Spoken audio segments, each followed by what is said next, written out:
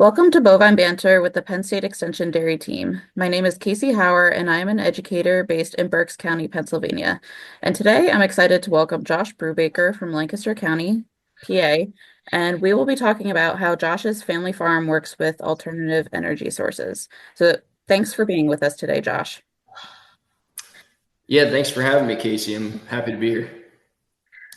So just to get us started, can you please kind of introduce yourself a little bit more and tell us about your farm? Yeah, absolutely. So I grew up on a farm, a family farm. Was kind of always involved with small chores growing up in between school, and then kind of always had the desire to come back. And um, my dad and my uncle gave me that opportunity after college to come back full time and eventually buy in and partner with them, with my dad and my uncle Tony. Um, I'm married and I have two daughters, and I have two more daughters on the way, twins on the way. So we're excited about that. And our farm consists of dairy, poultry, and crops. And then also the green energy side, where we're going to talk about today. That's awesome. Congratulations. Nice. Um, so getting into our topic today, what types of alternative energy practices do you use on your farm? Yeah, so we are in solar. So we have four different solar systems in place, all on rooftops. And then we also have a methane digester, which we put in 2007. Okay. So did the solar panels come first then, or the digester? So the digester came first in 2007, and then not too long after, I think it was 2010, we put our first solar system in. Okay. So what made you choose to install the methane digester first? Yeah, so we've I guess I'll be honest, this was kind of before I was full time into the business, so some of these decisions were made by my dad and my uncle. But I was kind of walking with them as a kid through high school and middle school. But yeah, what made us decide to go with the digester? What we heard about them was mostly good. So they had several different benefits to them. One, it was another source of revenue. So we all know dairy markets go up and down, and so this being able to potentially either save on electric or sell to the grid was appealing to us. Also, we heard about it, it reduces odor. So that was appealing to us as well. We're surrounded by neighborhoods here in Mountjoy, Pennsylvania, and we have countless neighbors across the field that would be smelling manure if it's spread right by their house.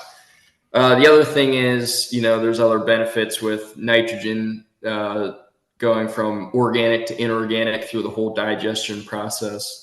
So that was appealing. That inorganic nitrogen is more usable for the plant, and then the last thing would be embedding.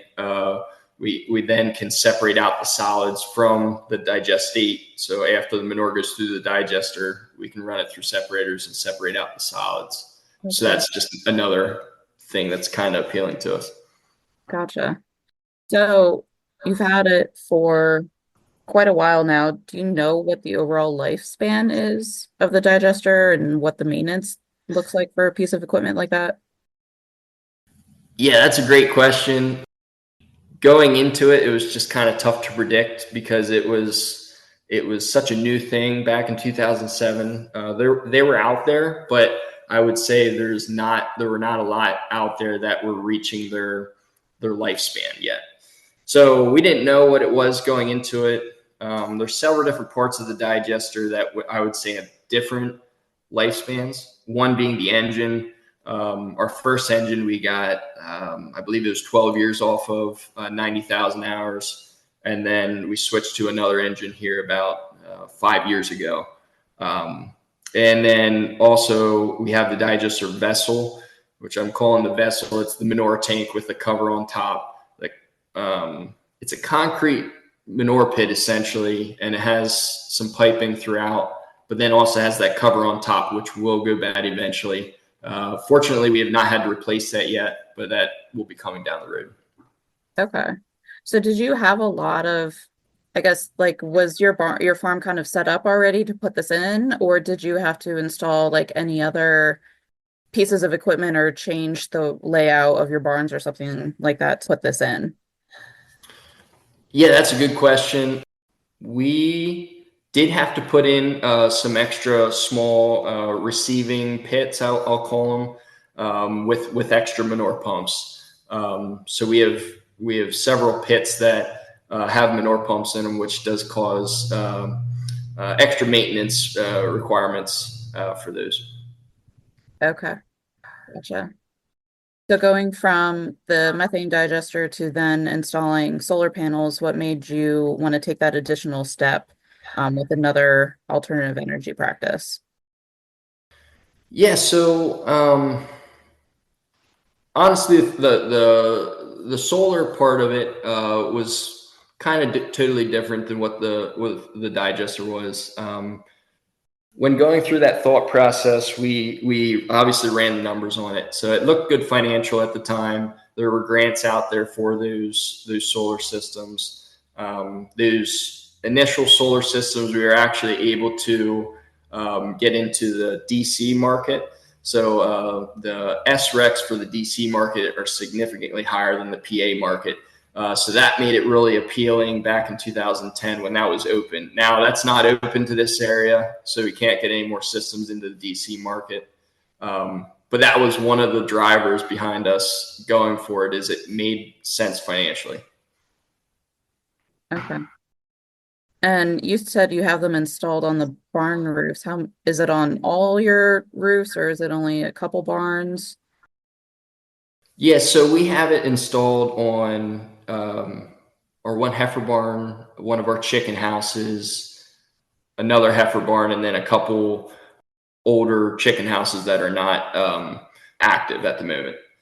Okay, gotcha. And One what thing I is will say with the putting it on livestock buildings is there is more gases coming off of the livestock, and therefore more corrosion that would happen to the panels, and also dirt. So we do um, try to get our panels washed at least one, if not two times per year. I could probably even go 3 or 4 times per year, and it would still pencil out, okay, um, just because of that dirt. gotcha. Yeah, actually that leads well into my next question about like what the maintenance is and lifespan is similar to what I asked with the digester. Um, but like is there anything additional you do or like also with washing them, do you get in an outside company to do that or is that something that you guys can do simply with a pressure washer? Yeah, we get an outside company in to do it. Okay. That's not something we'd be interested in trying to do ourselves. This outside company comes in with a robot, and that robot's hooked to water and has scrubbers on it, and then does the whole thing in a minimal amount of time. So it definitely does pencil out to get them washed when they're on livestock buildings, for sure. Yeah, I didn't even realize that was a thing to have a robot to come out and clean your solar panels on a roof. That's interesting. What is the lifespan of a piece of equipment like solar panels? Kind of like the digester, that there's several different parts there. Certain parts are going to go bad before others. When we're running numbers on those, or when we have in the past, we've figured on a 30-year lifespan, and we feel like that would be a little bit conservative. We're hoping for many more years after that, for at least the panel portion of it. There's certain things that might go bad before then and that have gone bad, but penciling it out, we're figuring 30 years. Gotcha. So how much electricity is generated by each of those? I know you said you do sell into some outside markets as well. So you're obviously powering more than just your farm. Mm-hmm. I don't know if you have some rough numbers to share. Yeah, so starting with the solar systems, between the four systems, I think it's just shy of 500 kilowatt per hour, or kilowatt hours per hour. So for that, it only makes electricity when the sun shines. So it could potentially make that if the sun's perfect, it's hitting the panels perfect, but as soon as that sun goes down, it's not making anything. So Okay. that's for the solar.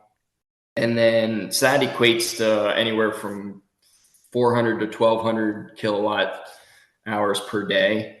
400 might be during the winter when the day lengths are short, and 1200 would be closer to the midsummer when the day lengths are long, sun shining, making electric. The digester side, we have a 335 kilowatt engine. So that is producing electric 24/7. So that's the neat thing about a digester. When the sun goes up, sun goes down, still making the same amount of electric. Now we haven't quite been capping ours out. We've been close. So that's running, I think, 8,500 roughly kilowatt hours per day. Some of the solar and some of the digester electric gets used by the farm for certain things. A Okay. majority of it would get sold back to the grid. Oh, okay. So what kind of things are you powering on your farm with that electric? Yeah, how we have our meters set up, we power all of the digester pumps, all of the lights, all of the separators that are all kind of related to the digester. That's all being powered by that digester electric. And actually, the remainder is being sold back to the grid just on how we have our meters set up. For solar, there's certain things like a couple heifer barns are being powered by solar, our shop is, a couple houses, Okay, and then the rest gets sold back. gotcha. So do you see much savings from energy that you're able to capture? Yeah, we do. We do see a significant amount of savings. If you look at just the digester during the summer months, when all of our fans are running, and then of course all the other electric like vacuum pumps and whatnot, when all that's running, our digester could produce all the electric for our farm. Now, like I said, we're selling a lot of that back and then buying, so it's not a direct, but it's kind of indirect savings there. And then during the winter months, when all the fans are not running, we are producing significantly amount extra of energy to sell to the grid. Okay. So when your family's farm was considering putting in these practices, were there any outside firms you guys worked with to help you make a decision to implement these practices or Mm-hmm. I don't know, maybe look for grant opportunities and then install them, etc. Yeah, great question. So back in, I guess it would have been 2005, 2006, when really my dad was the kind of the head on this project on the digester side. He went with some individuals from Penn State Extension, as well as some other farmers, and did kind of a bus tour of some digesters in New York. One of those individuals from Penn State Extension was engineer John Tyson. So they got to really experience the digesters, probably the good and the bad, on what was done right and what was not done right to that point. So that was kind of a great learning experience for my dad. And then we worked with RCM to do some grant writing for us for the digester. The grants came in huge to cover almost half of that upfront cost of that digester. So that was huge. Without that, I don't think it would pencil out financially. That upfront cost is just so large. And then on the solar side, Paradise Energy, Sunline, a couple solar companies did some grant writing for us and kind of walked us through the process there, helped us run the numbers on them. So we worked with them as well. Gotcha. Okay. Yeah, a lot of those outside firms I think can really bring value in helping you make these decisions for sure. Would you recommend other farms install either solar panels or a methane digester on their farm? Yeah, that is a good question. I think I would recommend it with a couple contingencies, and those would be One, make sure it's the right fit for your farm. So our mission at our farm is to glorify the Lord through the stewardship of our team, our animals, the community, and the environment. So we just felt like these projects really fit into our mission for what our farm's trying to do and our vision. So that would be number one. The other thing would be make sure that you have somebody committed to seeing the project to completion and beyond. So whether that's an in-house team member or an outside hire, you need to have somebody that's 100% committed to getting this thing running and making sure it's successful. And that's for the digester, especially for solar. It would be helpful as well. That doesn't mean they have to spend 100% of their time on it. It just means that they're devoted, they have a passion for it. Mm-hmm. The other thing would be do your research. So make sure that your barns are set up for manure flow on heading to the digester, if that's the avenue you want to go. Or make sure that you have newer roofs that you want to put solar on. I'm a proponent of putting solar on roofs. I cringe a little bit when solar goes and takes up acres and acres of farmland. Yeah. But just making sure it's the right setup. And then the fourth thing would be run the numbers, run the numbers, run the numbers. So just make sure it's financially acceptable to what your expectations would be, and what your goal would be for your farm. Gotcha. Yeah, those are all very good points. And I think you can almost, I guess, take them as the biggest takeaways to provide listeners, but I don't know if there's anything else that you may want to mention about these practices or anything else. Yeah, like you said, I mean, there's points I just mentioned. I think they kind of maybe a grand takeaway would be solar and digesters are not for everyone or for every farm, Mm-hmm. but given the right environment and the right situation, I think they can be extremely successful. Gotcha. Okay, so I just want to thank you again, Josh, for taking the time to talk with us today.